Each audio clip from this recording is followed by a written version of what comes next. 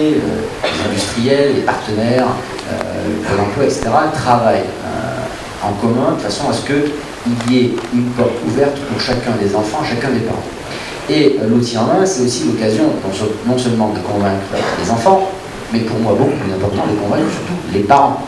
Il faut que les parents dépassent la vision qu'ils ont des métiers manuels, parce que ce sont les premiers à se plaindre de ne pas avoir de plombier, d'attendre 3 mois pour avoir une intervention d'un artisan, etc., parce qu'il n'y en a pas assez, tout simplement.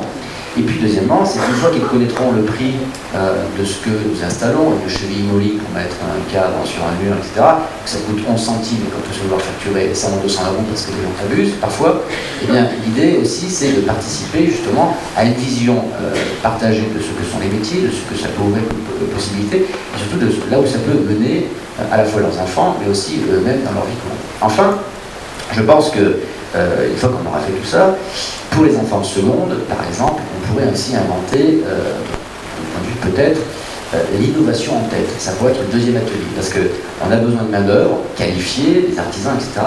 Mais aussi, on a besoin de ne pas perdre la place très majoritairement occupée par la France, qui était l'innovation. La France, pendant de très longues années, été l'un des pays les plus innovants. Aujourd'hui, on a l'impression de perdre un peu cette avance, et je pense que dans d'autres ateliers, l'innovation en tête, par exemple, on l'appelait comme ça, où on pourrait justement mettre tout un tas de gamins, de jeunes adolescents, avec des entreprises, des pépites que nous avons en Bretagne en particulier, en Ille-et-Vilaine, en Morbihan aussi. Moi j'ai découvert ici des pépites extraordinaires, où il y a de l'innovation, et justement donner envie à ces enfants d'innover grâce aux métiers manuels, grâce aux métiers technologiques, mais d'innover encore plus pour que la France, outre le fait qu'elle mobilise sa jeunesse pour occuper tous les métiers dont on a besoin tous les jours, mais qu'aussi elle prépare l'avenir pour la France, mais aussi pour d'autres, en multipliant le nombre de brevets, et je pense que nous en sommes capables.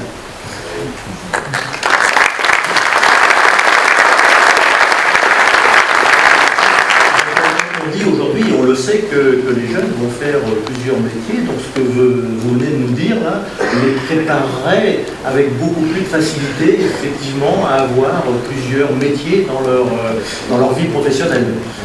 Écoutez, quand j'étais à Rennes, il n'y a pas si longtemps, j'ai parrainé une promotion d'apprenti, justement, chez un pâtissier. Alors, c'est un lien que vous avez fait. Dans cette promotion, il y avait un pâtissier qui avait 27 apprentis.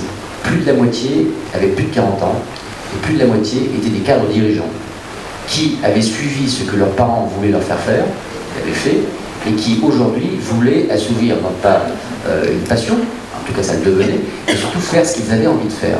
Et la plupart aujourd'hui se sont installés, donc je les suis encore, il y en a 3 qui sont installés au Québec, 7 aux États-Unis, et ces gens-là gagnent très très bien leur vie 2 ans après être sortis du cycle de formation. Malheureusement, et je le dis, ils sont allés s'installer ailleurs qu'en France. Bon, ça c'est notre point à étudier. Pour autant, sur 27 apprentis, plus de la moitié avaient plus de 40 ans, et plus de la moitié de cette moitié étaient des cadres dirigeants, notamment dans la banque. Donc vous voyez qu'effectivement, je pense que si on leur montre, comme vous le faites tous ici particulièrement, ce que sont les métiers, ça leur ouvre l'esprit pour aujourd'hui comme pour demain. Merci. Pierre Méhaignerie, vous vouliez intervenir? Oui, en vous écoutant, et je n'ai pas répondu à la question universitaire. Le plus grand besoin de la personne après le pain et l'eau, c'est le besoin de considération. J'ai commencé ma vie professionnelle en Tunisie et j'ai vécu la guerre de 6 jours, c'est d'actualité, entre l'Égypte et Israël. Pendant cette période, on ne tenait ni les lycéens ni les étudiants. Ils espéraient tellement voir la victoire de l'Égypte que c'est là où on s'aperçoit que l'humiliation, qu'elle soit individuelle ou collective, c'est vraiment la nitroglycérine de la politique. Et que le besoin de considération dans cette société n'est pas suffisamment fort. Moi, je l'ai vécu indirectement, et ça aide, Madame la Ministre, vous aussi. Quand j'étais dans la ferme familiale pendant les vacances, je rentrais les vaches, comme certains d'entre vous. Et plusieurs fois, les automobilistes me disaient « Hé, Pecno, tu peux pas rentrer tes vaches ?» Ça montre aujourd'hui, et je crois que c'est le message, que le besoin de considération est extrêmement important. Et l'université des métiers, pour moi, c'est une absolue nécessité. Quand j'étais président du conseil départemental d'Ille-et-Vilaine, on a créé le campus de Kerlan. à 10 km de Rennes, pour ne pas concentrer tout sur à l'intérieur de la rocade. Et les centres de formation d'apprentis qui étaient bien sûr dans des bâtiments préfabriqués, de Lorient, eux, on décide de le mettre, le CFA, à l'intérieur et au milieu des écoles d'ingénieurs. Et on décide, sans demander la permission à personne, de l'appeler faculté des métiers. Que n'ai-je pas reçu de l'université de Rennes 2, assez moralisatrice?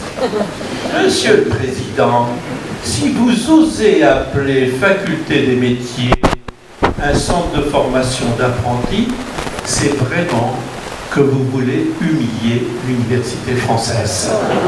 C'était il y a 20 ans, mais il en reste des traces actuellement.